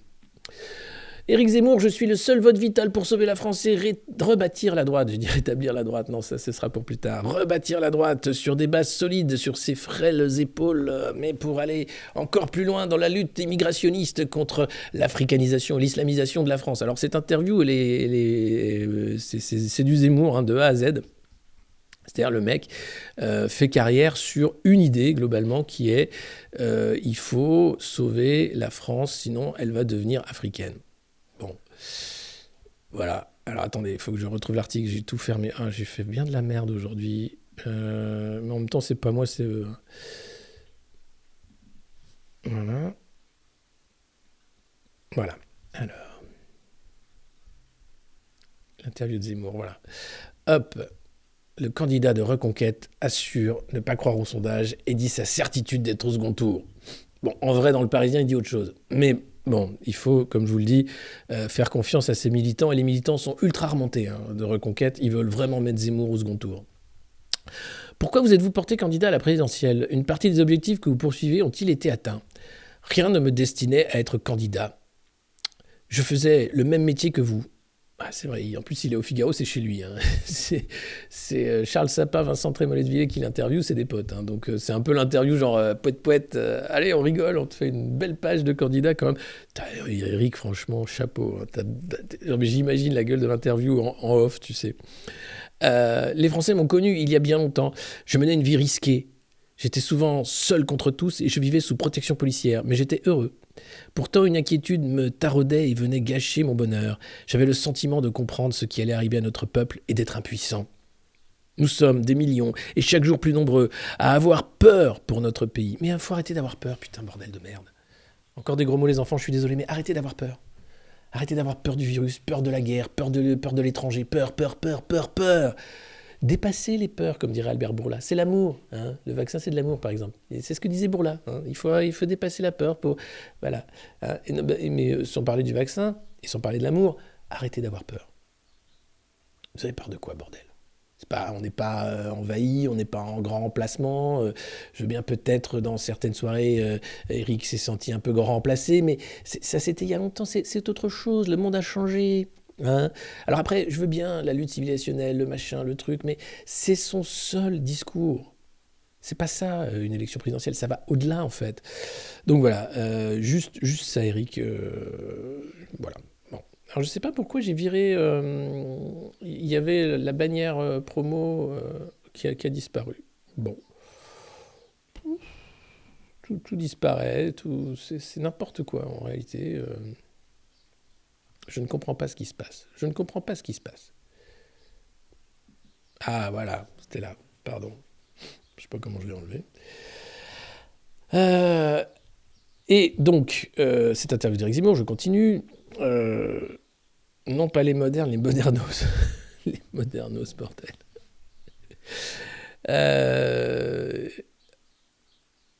La violence, bien sûr. Vous avez vu, la NAS, chaque manif était nassée d'emblée. Hein, tu ne pouvais pas manifester sans être entouré en fait, de CRS qui manifestaient avec toi. C'est dingue. Donc voilà, donc Éric Zemmour continue son discours officiel et dit, voilà, les Français continuent leur glorieuse histoire, 1500 ans d'histoire chrétienne et européenne. Le 10 avril, il s'agira d'un enjeu de civilisation. Quel pays voulons-nous léguer à nos enfants? À côté de l'enjeu que je viens d'évoquer, vous comprenez que l'union des droites n'est qu'un moyen. Voilà. Vous avez des enfants? Parfois des petits-enfants, que voulez-vous leur laisser? C'est la question fondamentale. Hein? Est-ce que vous leur laissez Zemmour président ou pas? C'est la question fondamentale. Le propre des politiciens, c'est de mentir, de ne dire que ce qui peut plaire et de s'arranger avec le réel. J'ai été toute ma vie, et je reste pendant cette campagne, celui qui dit le réel, parfois à mon détriment. Il n'est pas devenu politicien, il se rassure, il vous rassure, il reste le polémiste qu'il est, multicondamné pour injures racistes. Les sondages indiquent très nettement que vos positions sur l'Ukraine ont dérouté votre peuple électorat. Regrettez-vous votre indulgence vis-à-vis de Poutine et vos premières déclarations sur les réfugiés? Non, je ne crois pas que ça s'explique ainsi. Ce ne sont pas mes positions qui expliquent cette baisse. Prenons 2 exemples. Pécresse chute alors qu'elle est complètement alignée sur Macron. C'est vrai. Au contraire, Marine Le Pen admire Poutine, elle allait le voir à Moscou, lui présenter son admiration, et une semaine avant la guerre, elle disait partout qu'il n'enverrait jamais l'Ukraine. Et là, elle monte dans les sondages. Alors bon, la différence, une partie des gens qui croient en moi ont eu peur de la généralisation de la guerre en Europe, et pendant un temps, ils se sont dit qu'il ne fallait pas changer de capitaine. En temps de guerre, malgré les désaccords avec Emmanuel Macron, je les invite à revenir sur leur choix car l'avenir de la France est en jeu, car Emmanuel Macron ne les protégera en rien. Les Français comprennent que les crises s'accumulent, mais ne s'annulent pas. Alors, oui, et la pire crise va être économique, alimentaire. démographique, elle l'est déjà, mais aussi surtout économique. En réalité, l'inflation est non maîtrisée. La dette que Macron a créée, dette Covid, va plonger le pays dans une cure d'austérité sans quoi les marchés vont nous dévorer, nous dépecer, comme votre voisin si jamais c'est la fin du monde. Pour ça, il faut se battre. Il faut un président qui sera capable de dire aux marchés, aux agences de notation américaines, allez bien vous faire foutre. Comme ça, les yeux dans les yeux. C'est comme ça ici. Et d'ailleurs, on va revenir au franc. Je vous emmerde. Non, peut-être pas jusque-là, mais ça va pas marcher l'euro. Avec 10% d'inflation là, 5 là, 25 là, ça pourra pas marcher. Donc il faut un président qui a les épaules pour gouverner en période de crise où les marchés vont vouloir venir manger vos enfants et dire non, tu toucheras pas à un cheveu d'un gosse français avec ta putain de dette pourrie qui pue la merde de caniche mort. Voilà. Qu'en sera-t-il de la France dans 20 ans? Lui, il est très sur la démographie, Zemmour. Il attend un bébé avec Sarah Knafo, tout ça, donc il est très, très, très démographe. Mais voilà, et très grand remplacement, du coup. Il ne faudrait pas que tous les enfants soient un peu métis, tout ça serait compliqué. Bon, les Français qui veulent changer le paysage politique et qui veulent un vrai affrontement entre la ligne Macron et la mienne doivent voter pour moi le 10 avril. Nous aurons enfin le vrai débat que la France mérite. Moi, je pense que le vrai débat, ce ne serait pas Zemmour contre Macron. Ce serait Zemmour contre Mélenchon. Là, on aurait le vrai débat que la France mérite. Et là, on verrait où sont les forces en présence. Et on en finirait avec cette bourgeoisie de salon qui se drape toujours d'humanisme et de lutte contre l'extrême droite dès qu'il est question de se pincer le nez et d'aller voter pour Macron, ou de voter Macron avec plaisir, sans le dire. Voilà, on vire Macron dès le premier tour, et on met Zemmour et Mélenchon au second tour, et là, on rigole. Enfin, on rigole, on fait de la politique. On est un peuple politique. Tout est politique. C'est donc extrêmement important à ce moment-là d'être sûr que le deuxième tour est un deuxième tour politique, où on fait un vrai choix, un choix de société. Alors, Macron au second tour, c'est l'assurance de l'entourloupe pour 50 plus. Vous savez, l'entourloupe, à 40 millions pour aller voir s'il y a des piscines qui sont construites mais qui ne marchent pas. 40 millions, c'est du DAG, ça. On fait du Hanouna, oui. Non, on fait un vrai débat, on simplifie. De toute façon, on passera par là. Les LR, c'est fini, le PS, c'est fini. La droite et la gauche vont se recomposer, évidemment. Et ce qu'on appelle aujourd'hui les extrêmes sont simplement des pôles idéologiques. C'est ça qui tient, en fait, la politique. Des pôles idéologiques, des idées. Et vous pouvez être d'accord ou non avec les idées de Zemmour, mais il tient une ligne idéologique. Mélenchon, c'est pareil, il tient une ligne idéologique. Macron, il ne tient rien. Il tient les ficelles de la bourse des cabinets de conseil. Et encore, c'est même pas lui, c'est un pantin, il sert à rien. Et puis, comme je vous le disais, après, il y a les deux tabous, que sont la question de l'Union européenne, le souverainisme. Qu'est-ce qu'on fout là-dedans ? À quoi ça sert ? Qui est Ursula von der Leyen ? Pourquoi est-elle capable de censurer des médias dans notre démocratie libérale ? Et puis, la question démocratique. Comment c'est possible qu'on ait accepté un pass vaccinal ? Comment est possible que Conseil constitutionnel, Conseil d'État soient à ce point abîmés par une caste qui s'est arrangée avec le pouvoir depuis des années ? Donc on se bouge. 40 millions, mais vous imaginez. Et là, après, le mec te dit, je vais supprimer la TVA, comme ça fera 180 € d'économie aux Français. Non, je vais supprimer les cabinets de conseil, ça va faire beaucoup plus d'économies dans la poche des Français, en réalité. Et puis, vous savez quoi ? Ils vont rendre l'argent. Ça marche pas ? Rendez l'argent. C'est pas grave, c'est des entreprises multinationales. S'ils rendent l'argent en France, ils en feront toujours ailleurs. Voilà, donc ce scandale de masse, il faut encore en parler. On a 5 jours pour le faire exploser. Le coût de 40 millions pour les piscines. Capgemini, c'est pas McKinsey, mais c'est la même saloperie. C'est pas la boîte, l'arnaque de faire payer autant pour une intelligence artificielle qui n'en est pas une. C'est-à-dire que les mecs, en fait, ils regardaient juste les photos de Google Maps pour dire oui, ça me paraît être une piscine non déclarée, ça, dis donc. Manque de peau, ça marchait pas. Allez, on partage cette revue de presse. Merci ce matin. On n'a jamais été aussi nombreux depuis la création de cette revue de presse. Il se passe quelque chose. J'adore. Merci.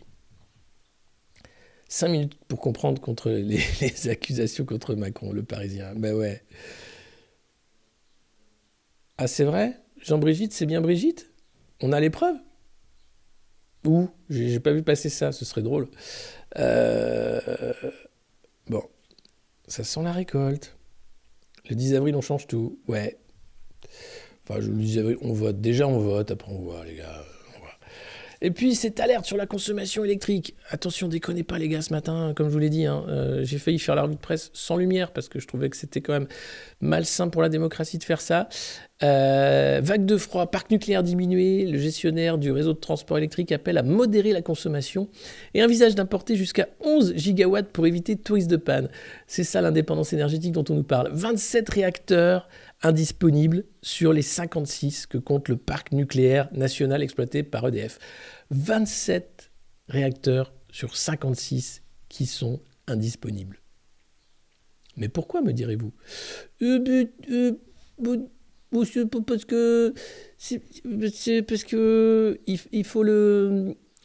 En fait, bon, déjà, il n'y a pas assez d'eau dans les barrages. Bon, déjà, mais pour ce qui est des réacteurs, c'est qu'en fait, il y a eu pas mal de maintenance.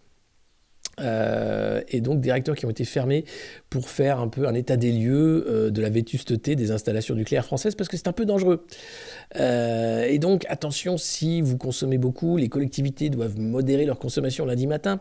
Hein, donc à la cantine, les enfants, ce midi, vous mangerez froid, c'est normal. Hein, il faut voilà, vous ne serez pas chauffé également dans les classes, mais ça aussi c'est normal, en particulier entre 7 et 10 heures. Bon, il est 10h14, on peut y aller. Vous pouvez allumer le fer à repasser, l'aspirateur, toutes les lumières, vous pouvez consommer comme des porcs, ça y est, 10 heures passées, et puis profitez-en tant qu'on a encore un peu d'électricité, après on éteindra la lumière. Et puis, l'unité de production numéro 2 de la centrale nucléaire de Chinon s'est arrêtée automatiquement, conformément au dispositif de sûreté et de protection du réacteur. Et voilà, le parc nucléaire français tourne au ralenti. Pourquoi ? Opération de maintenance et problème de corrosion. Et c'est bien tout le problème. Déclencher ces coupures-là pour assurer que ça ne va pas péter. Voilà. Alors après on a des plans. L'avant-dernière centrale à charbon française, celle de Saint-Avold en Moselle, va être activée, voilà, pour les pics de consommation. Mais après on vous fera un passe carbone, hein, quand on aura fini avec les conneries Covid, pour dire non mais t'as pas le droit de voyager parce que t'es pauvre toi. Tu manges trop de carbone. Tais-toi, mange des pâtes. Mange le carton des pâtes, pardon. Donc voilà où on en est, quoi. Hein, il faut limiter sa consommation. Je ne sais pas encore. J'essaie d'être candidat dans la Drôme. Je verrai si je peux l'être. Mais ce sera avec plaisir que je ferai des grands discours à la tribune, que je défendrai les intérêts communs du peuple. Le peuple, c'est quelque chose de divers et varié, mais c'est surtout, c'est pas eux qui font du consulting, par exemple. Voilà. Le téléphone sonne. Je vais le. Attendez, je reviens. Comme je suis chez mon père. Ah, mais là. Voilà. Qu'est-ce qu'il est prévoyant, mon papa. Il avait déjà pris le téléphone avec lui. Ça, c'est du travail d'équipe. C'est Poulenco, quoi. La famille. Brigitte, allô ? Mais qu'est-ce qui se passe sur Brigitte ? Vous avez les preuves que Jean-Brigitte, vraiment, a fait toute la déco de l'Élysée ? Oh, un Drômois. Oui, je m'installe en Drôme. 1929. Waouh, on va faire les 2000, les gars. Allez, faites-moi plaisir, ce matin, on fait les 2000 et on fait les 600 abonnements, presque. Non, on est loin des 600 abonnements, mais quand même, je trouve ça assez génial. Si on fait les 2000 ce matin, les gars, c'est du délire. C'est du jamais vu. Cette revue de presse est promis à un avenir phénoménal. Et merci Ban pour un abonnement d'1 mois. Merci Soner qui offre un abonnement à la commu. Merci d'être la meilleure commu de Twitch. Et merci d'être là tous les matins depuis le début de cette revue de presse. Et cette semaine est particulièrement importante puisque nous sommes en élection présidentielle. Jean-Brigitte est une meuf, Dixit Blast. Ok. Donc on a la preuve, parfait. Bon, bah écoutez, tant mieux, hein, j'ai envie de dire tant mieux. Au moins on a mis ça de côté. Maintenant, les 40 millions d'intelligence artificielle pour les piscines, si vous pouvez rendre de l'argent, Capgemini, merci. Google aussi, toi paye tes impôts. Pas en Irlande. Non, pas en Irlande. Voilà, c'est bien. Et puis arrêtez de consommer de l'électricité, s'il vous plaît, les gens. Ça coûte beaucoup trop cher. Tiens, l'étau se resserre sur le gouverneur de la Banque du Liban, qui s'appelle Riyad Salamé, qui n'a rien à voir avec Léa Salamé, mais qui est quand même un bel escroc. Pourquoi ? Bah écoutez, figurez-vous qu'il est accusé d'avoir détourné plusieurs millions de la Banque du Liban. Le Liban qui est dans une crise majeure. Emmanuel Macron devait voler au secours du Liban, rappelez-vous, après l'explosion du port de Beyrouth. Bon bah comme d'habitude, il a fait « Coucou, salut !» Voilà. Mais les jours de Riyad Salamé sont peut-être comptés. Les rumeurs vont bon train au Liban concernant l'éventuel lâchage politique de l'omnipotent gouverneur de la Banque centrale. Voilà, C'est des mecs, tu peux leur faire confiance. Hein. Ils savent ce que c'est que l'argent. Hein. Ils savent le mettre de côté. Hein. Malversation financière, blanchiment d'argent dans plusieurs capitales européennes et même au Liban. Le gouverneur reste pour l'instant bien en place et même il continue de faire partie de l'équipe de négociation avec le Fonds monétaire international. C'est rassurant. Quand t'es libanais, tu te dis oui, non mais c'est oui. Oui, mais c'est rassurant, il sait il connaît la valeur de l'argent. Il est accusé quand même d'avoir planqué de l'argent, acheté des appartements en Europe. Sa femme est allée en détention puisqu'elle était un peu homme de paille pour l'achat de toutes ses résidences. 5 suspects accusés d'avoir détourné des fonds publics pour des montants de 330 millions de dollars et 5 millions d'euros.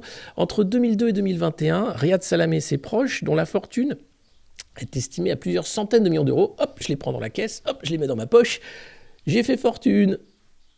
Traverse la rue, toi, mets un costard, travaille jusqu'à 65 ans, ferme ta gueule. Tu sais pas ce que c'est que l'argent, toi, tais-toi. Alors, ça commence un peu, hein. Heureusement, il y a des collaborations avec le parquet européen, la police aussi. Son ex-compagne, Anna Kozakova, c'est pas libanais ça comme nom, visée personnellement et en sa qualité de représentant de 3 sociétés soupçonnées de servir d'intermédiaire pour l'acquisition du patrimoine immobilier de Riyad Salamé, notamment en France où il a beaucoup d'apparts un peu partout et de grandes maisons. Le 31 mars, l'audience a été fixée au 9 juin. Raja Salamé, le frère de Riyad, lui, il est en tôle. Voilà, du jamais vu. Hein. Le trou, quand même, on parle de plusieurs dizaines de milliards de dollars de trous dans la banque centrale. Hein. Donc le mec, quand même, il a bien creusé, il a bien fait son trou, hein, on peut le dire. Caution de 18 millions d'euros pour la remise en liberté de Raja Salamé. Bien sûr, Raja Salamé, le frère de Riyad, a fait appel. Et puis, pourquoi faire tomber Salamé ? Eh bien... En fait, bien sûr, certains l'accusent de servir les intérêts politiques de Michel Aoun, ne cachant pas son souhait de faire tomber Riyad Salamé. Pardon, c'est Michel Aoun qui veut faire tomber Riyad Salamé. Et d'autres se félicitent de l'intervention de la justice libanaise. En tout cas, rien à attendre avant juin pour savoir ce qu'il en est de cette escroquerie majeure. Mais voilà, ça en dit long quand même sur ces grands prêtres de la dette qui s'en foutent plein les fouilles, qui savent que vous allez souffrir, manger vos enfants s'il le faut, mais eux auront toujours des milliards planqués et un parc immobilier à faire pâlir Bouygues ou la marque de parking, la Vinci, ou BNP Immobilier par exemple. Alors, les 10 plus présents, c'est un poisson d'avril.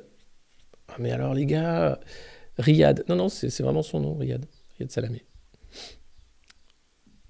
Allez, on est 2000, on est quasiment 2000. Et puis alors c'est sympa, c'est dans le Figaro, c'est Robert Dambeau qui est patron de Grant Thornton, qui est un cabinet d'expertise comptable, qui nous dit que la bienveillance est un outil de performance. Travaille plus, et un peu l'esprit sportif. Ferme ta gueule, écoute et aime ton manager. Sois bienveillant, avec lui surtout. Voilà, on est super performant. Merci Grant Thornton. Alors, la bienveillance à toutes les sauces, la résilience à toutes les sauces, c'est quand même génial de voir ça. Les mecs ont peur de rien. C'est absolument phénoménal. Et là, bon, j'imagine qu'il a payé une pub dans le Figaro pour avoir droit à son interview. Il faut savoir, par exemple, que l'auditeur Grant Thornton était devant les tribunaux. En 2019, la chaîne de salon de thé britannique Pâtisserie Valérie avait fait faillite après un retentissant scandale comptable.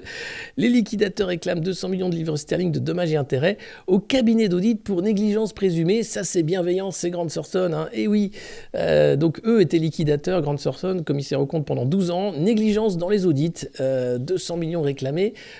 C'est une petite affaire. Watchdog, sinon, qui a frappé Grant Thornton d'une amende de 4 millions. Là, on est sur la même chose, l'affaire des pâtisseries Valérie. Voilà, 4 millions de livres sterling d'amende. Et puis, c'était en 2018. Grant Thornton avait été condamné à 1 million d'euros de dommages et intérêts car il avait commis une fraude dans sa mission d'audit pour avoir laissé apparaître une situation économique et financière de la société dont il a certifié les comptes non conformes à la réalité. Il faut savoir que dans les Big Four, les cabinets d'audit, alors Grant Thornton n'en fait pas partie, ils se partagent en fait les grosses boîtes internationales et jamais une boîte passe d'un cabinet à l'autre. Parce que c'est le secret des affaires. Donc le cabinet d'audit que sont EY par exemple, ou d'autres, a pour rôle d'assurer que les comptes sont bien maquillés. C'est le cas d'Enron par exemple. Les comptes maquillés ont été dévoilés. Finalement, la société a mis la clé sous la porte. Scandale financier massif. Évidemment, c'est un ex de McKinsey qui avait créé Enron. Donc voilà, 8 mois d'audit, etc. Il faut voir en fait comment fonctionne ce monde de la finance où on t'explique à coup de pédagogie que c'est normal que tu sois pauvre puisque tu comprends rien à l'argent. En réalité, non, c'est du vol. Ça s'appelle la criminalité en col blanc et ça n'arrête jamais. Mais la bienveillance est un outil de performance. Voilà. N'hésitez pas. Je ne sais pas si on a fait les 2000 du coup. En tout cas, merci d'être aussi nombreux ce matin. C'est du jamais vu. Je pense que cette revue de presse vous plaît. Il se passe un truc. Libé qui fait la une sur la barbarie, j'en parlais en introduction, à Boutcha, évidemment. On attend l'enquête de la CPI pour savoir. Et puis une enquête dans Libé sur la voix des policiers républicains qui ne portent plus. Certains policiers s'inquiètent en fait de la montée du fascisme. Mon problème, ce sont les fachos, les vrais. Et il y en a un paquet ici, Samia, sous-brigadier. Et d'autres qui expliquent qu'en fait, c'est pas la guerre civile, il y a de la délinquance, il y a de la misère, il y a beaucoup de bordel, mais que aujourd'hui les policiers essayent de faire leur boulot tant bien que mal, mais qu'on est encore loin de la guerre civile, voilà. Mais que globalement la police devient de plus en plus extrême, violente, mais c'est la société, et la police est à l'image aussi de cette société. Alors si on veut retrouver un peu une police républicaine, il y a le programme de l'avenir en commun qui propose justement une refondation sur un socle républicain de la police et ça me paraît urgent également. Covid-19, pic de contamination et nouveaux variants suspectés en Chine. Je croyais que c'était fini, que Macron il avait tout gagné. En fait non, il y a plein de gens dans les hôpitaux, il y a plein de gens qui meurent, il y a plein de gens qui ont le Covid, mais Macron a gagné. Donc, il ne faut pas dire qu'il a perdu, que sa stratégie du pass vaccinal est un fiasco, que la politique sanitaire est un fiasco, que de toute façon le Covid, c'est la ch'touille pendant des années, et que maintenant, on va se calmer, on va peut-être utiliser des médicaments qui marchent. Je ne sais pas, je propose, je voudrais surtout ne pas respecter les règles de la communauté. Mais là, ce qu'on apprend, c'est que les chiffres sont mauvais. Les chiffres sont mauvais. T'as beau retourner le tableau dans tous les sens. La reprise épidémique, c'est un nouveau stade. Alors, c'est en Chine, 13 146 cas dans le pays. Il s'agit des symptômes. Alors, il y a le variant Omicron, bien sûr. Mais du coup, ils ont confiné 25 millions d'habitants à Shanghai. Depuis samedi. Voilà, 25 millions, c'est la Chine. Et alors, ils ont des stades, ils réquisitionnent les stades et ils mettent les familles, les enfants, ils séparent les uns pour faire de la quarantaine de force. Les autorités de Suzhou, à l'ouest de Shanghai, ont découvert une mutation d'Omicron qui n'est répertoriée dans aucune base de données, locale ou internationale. Un nouveau variant d'Omicron a été découvert localement, a indiqué l'agence Chine Nouvelle, citant le directeur adjoint du Centre de contrôle des préventions des maladies de Suzhou. Alors, il y a cette vidéo géniale où tu as une vieille chinoise avec sa canne qui tape un mec en combinaison NBC qui veut lui foutre un coton-tige dans le nez. Je pense qu'à un moment, les Chinois vont aussi faire comme cette vieille chinoise et prendre leur canne et taper les mecs déguisés comme des mignons, quoi. En tout cas, voilà, toujours les mesures strictes d'isolement, que ce soit l'isolement, que ce soit le pass vaccinal, que ce soit tout ça, c'est toujours la ch'touille. Ça s'appelle Ario le Covid, Voilà, et pas vacciné, tenez bon. Oui, surtout en ce moment, c'est important de voir la population test des non-vaccinés par rapport aux vaccinés. Il y a des chiffres étonnants, très étonnants. On attend la suite des chiffres de l'adresse.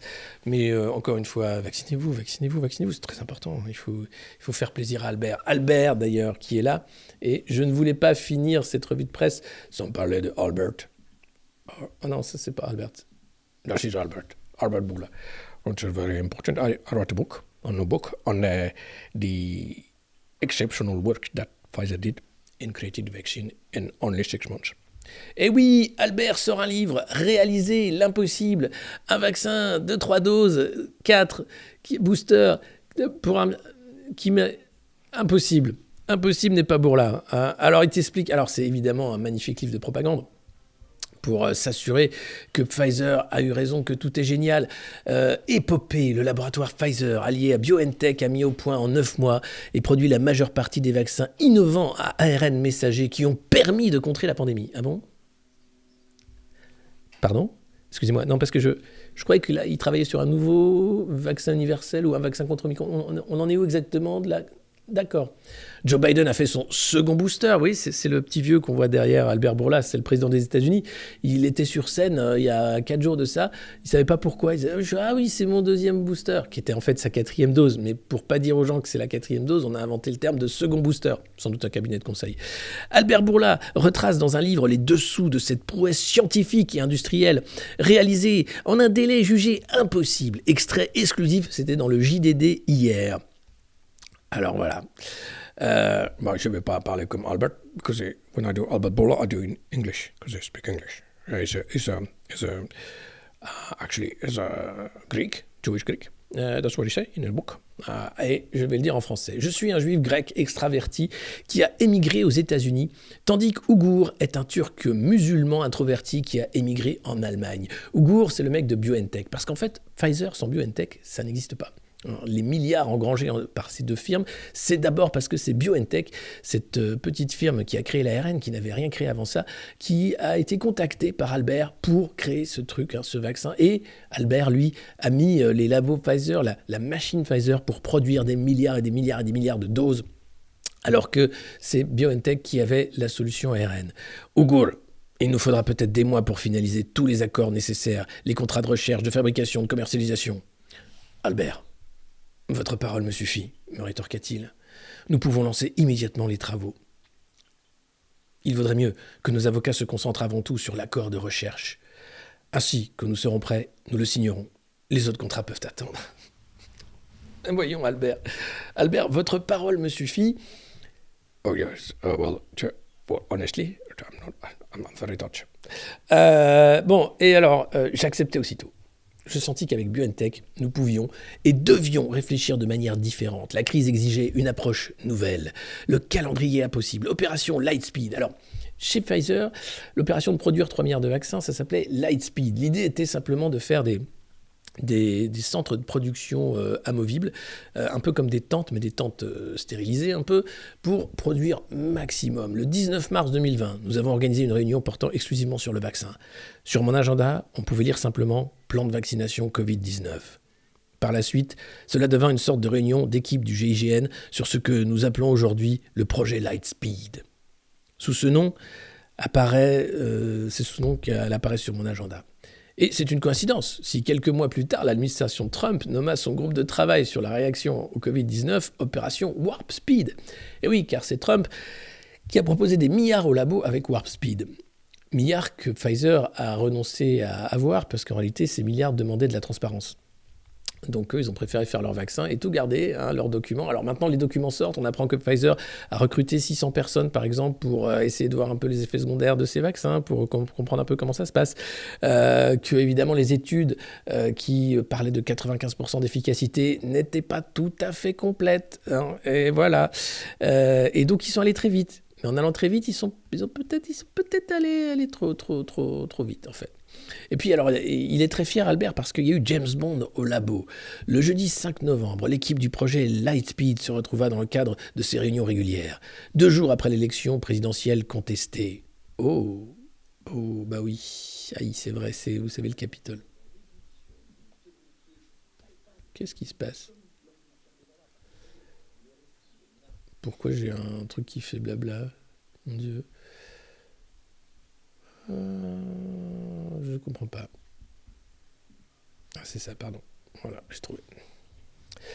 Avez-vous regardé? Oui, bien sûr, il y avait le International Summit Covid à l'IHU ce week-end pour aller un peu contre cette parole officielle, bien sûr, des labos, puisque là, on parle de productivisme, on parle de produire des doses, on parle de rapidité. C'est tout le langage de l'entreprise. On retrouve un peu la même débilité que les cabinets de conseil. C'est un peu le but d'ailleurs, c'est de dire voilà, on est formidable. Et voilà.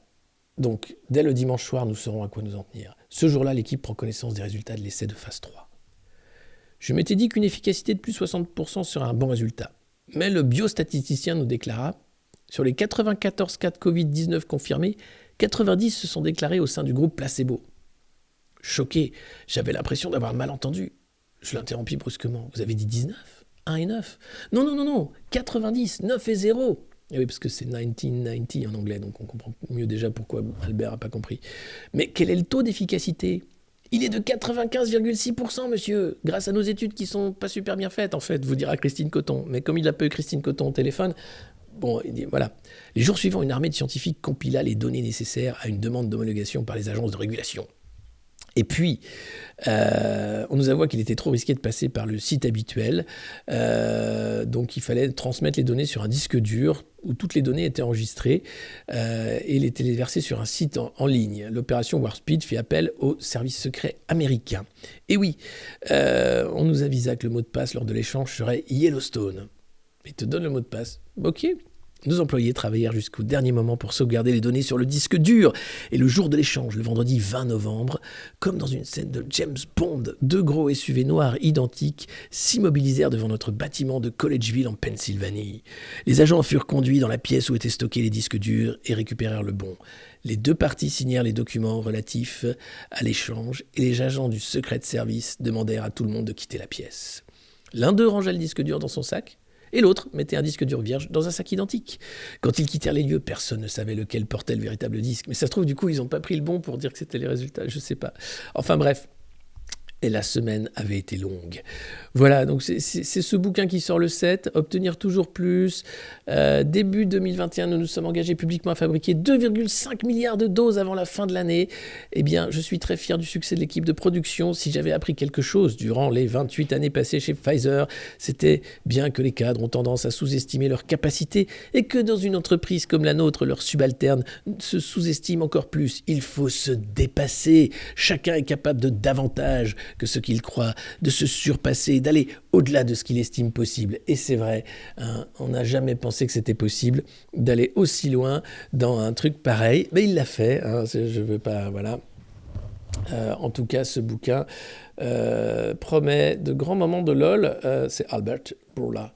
Et puis là, pour finir, et on se quitte parce que j'ai un rendez-vous maintenant, j'ai toujours voté, mais là c'est fini. 20 minutes qui donnent la parole aux abstentionnistes qui pensent qu'aucun candidat ne parle vraiment des problèmes des Français. Alors bon, faut ouvrir les yeux, faut lire les professions de foi. Il y en a quand même qui ont quand même... C'est quand même dingue de se dire que tu trouves pas un candidat, alors que tu as même quand même des anticapitalistes qui se présentent, que tu as Zemmour qui se présente, que voilà, le spectre est quand même extrêmement large, donc tu peux quand même trouver un candidat, globalement, pour qui tu as envie de mettre un bulletin. Si tu vas pas voter, c'est que tu votes Macron. Alors tu vas voter, tu me fais plaisir, hein, tu fais plaisir à tes parents, t'es gentil, tu te coiffes, tu te mouches le nez, tu vas à l'école, tu arrêtes de passer ta nuit sur Reddit pour mettre des pixels sur le drapeau français, tu suis la revue de presse du Monde Moderne, tu t'abonnes, t'en parles à tes amis dans la cour de récré, à tes parents, à ta famille, à tes voisins, tu ne manges pas les voisins, le capitalisme c'est interdit, et tu utilises ton esprit critique et ton humour pour continuer à rigoler, parce qu'il faut garder le moral, les amis,